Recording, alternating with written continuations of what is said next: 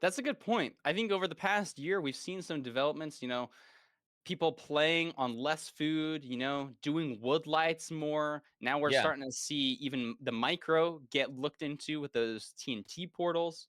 I mean, I also think of, like, especially, I mean, the next match is gonna have Infume. I remember when Infume really came True. onto the scene, it was because he was so innovative with the Desert Temples. So, really interesting to see so much of this season, and it's always exciting to see.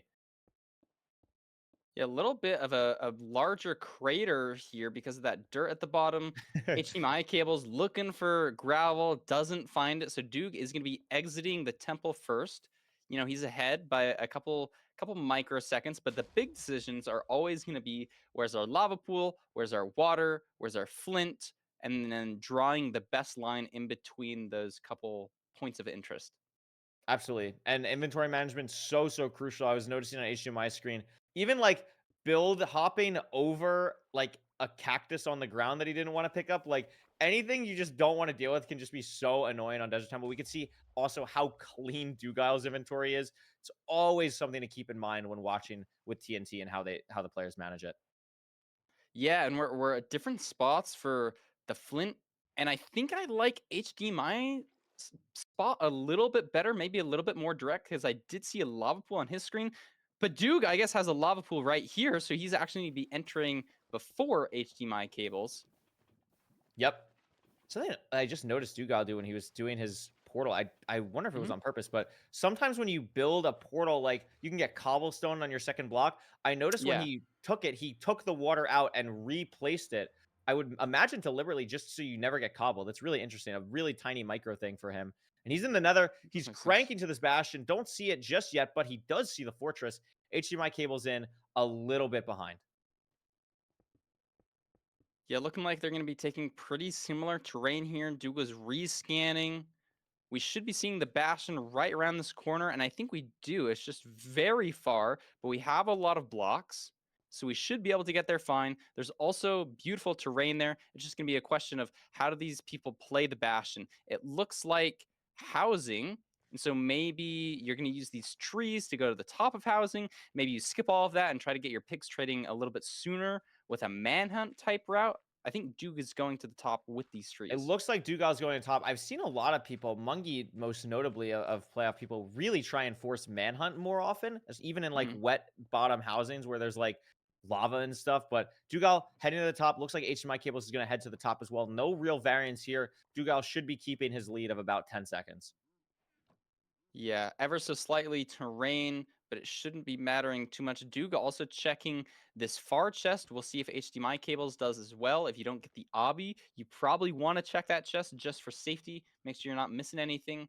And he is going to check the same chest that Dugile did.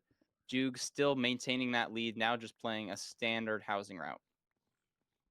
Yeah, Tugal ahead again by about 10 seconds now. These runners do know where the fort is, so this housing could go pretty quickly.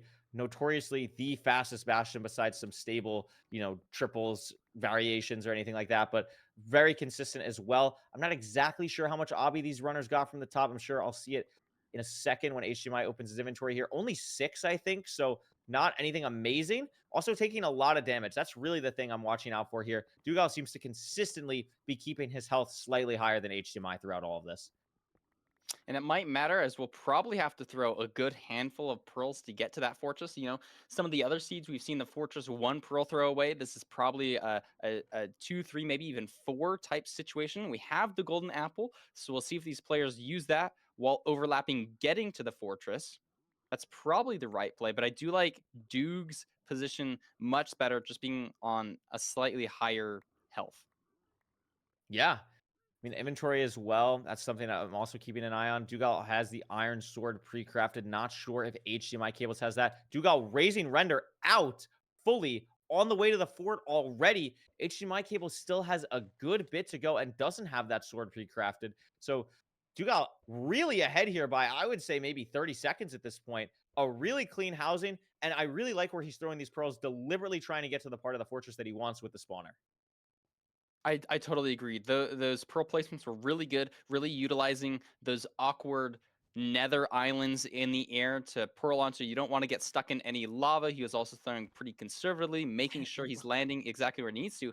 And HDMI cables, Seems Didn't to be get 20 missing from his route? Obby. Yeah, I wonder if it was like some chest didn't maybe fully hotkey the obsidian, or maybe lost a gold block somewhere. But that is really unfortunate if that's how this game ends up being decided on this obsidian. Having a hard time here as well. Low render, having to deal with the pigs, not being able to craft the gold. Gets it now, but I mean, while all this is happening, Dugal's at the spawner. Killing Blazes already has 3 rods. Yeah, this is looking not so great for HDMI cables. And if he doesn't get the obby here, he does. So it's not a Yeah. detrimental situation. But again, look at that health position the HDMI cables is at. He can only throw 1 pearl here. He can eat the gap, but he's in a much worse position than Doogile. Can probably throw another 2 pearls here, but it's just going to be at the spawner way slower. Duke already has 6 rods. Oh my Yeah, gosh, look he at that got 6 crafting. rods, had to save himself from falling at the bottom, but able to just pearl back up, be totally fine. I mean, he's very skilled in that capacity.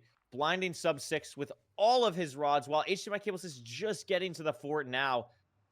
This is really tough for HDMI Cable fans. Doogile is fully in the driver's seat, and this nether is really open near the fortress. So this terrain getting to wherever the stronghold is probably going to be pretty simple.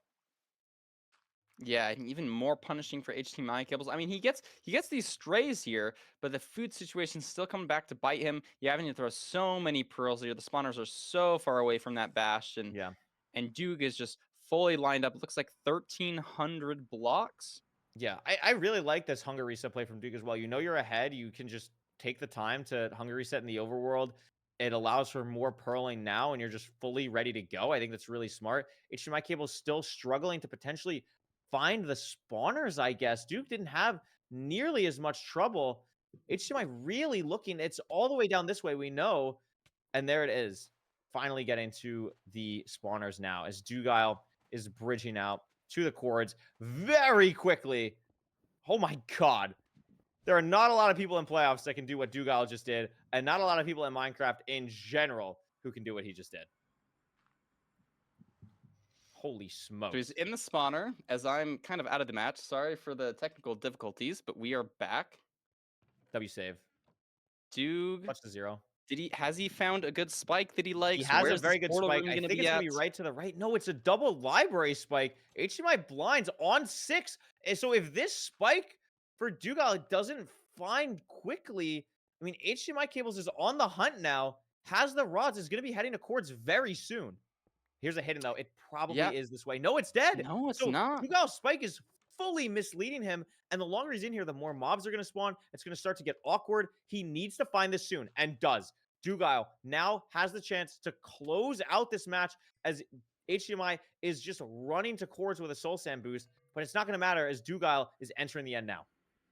I mean, maybe an awkward 0. It's buried here, but it is front, so probably just going to be pushing a 95 here. Pretty standard 0. I don't think we're Very going to see a standard 0 mess up cycle, from yeah. Duke here. Only going to 95. That would be the only thing if the dragon flies here, but rank 95 fly is incredibly rare. Dragon is going to stay. The double bed was great. A little bit awkward here, but again, Doogile just has the time here and is going to close out this match with another double Beautiful. bed. And that'll be a 3-1 victory for Doogile over HDMI Cables. A really well-played seed on low food from Doogile in that last one. I totally agree. Clean gameplay, deserves the win here, and he's going to be moving on to next weekend. You know, HDMI cables, though, we saw some good gameplay. I like how he warmed up to it. This was his first playoffs. I think this is some great experience to have under his belt.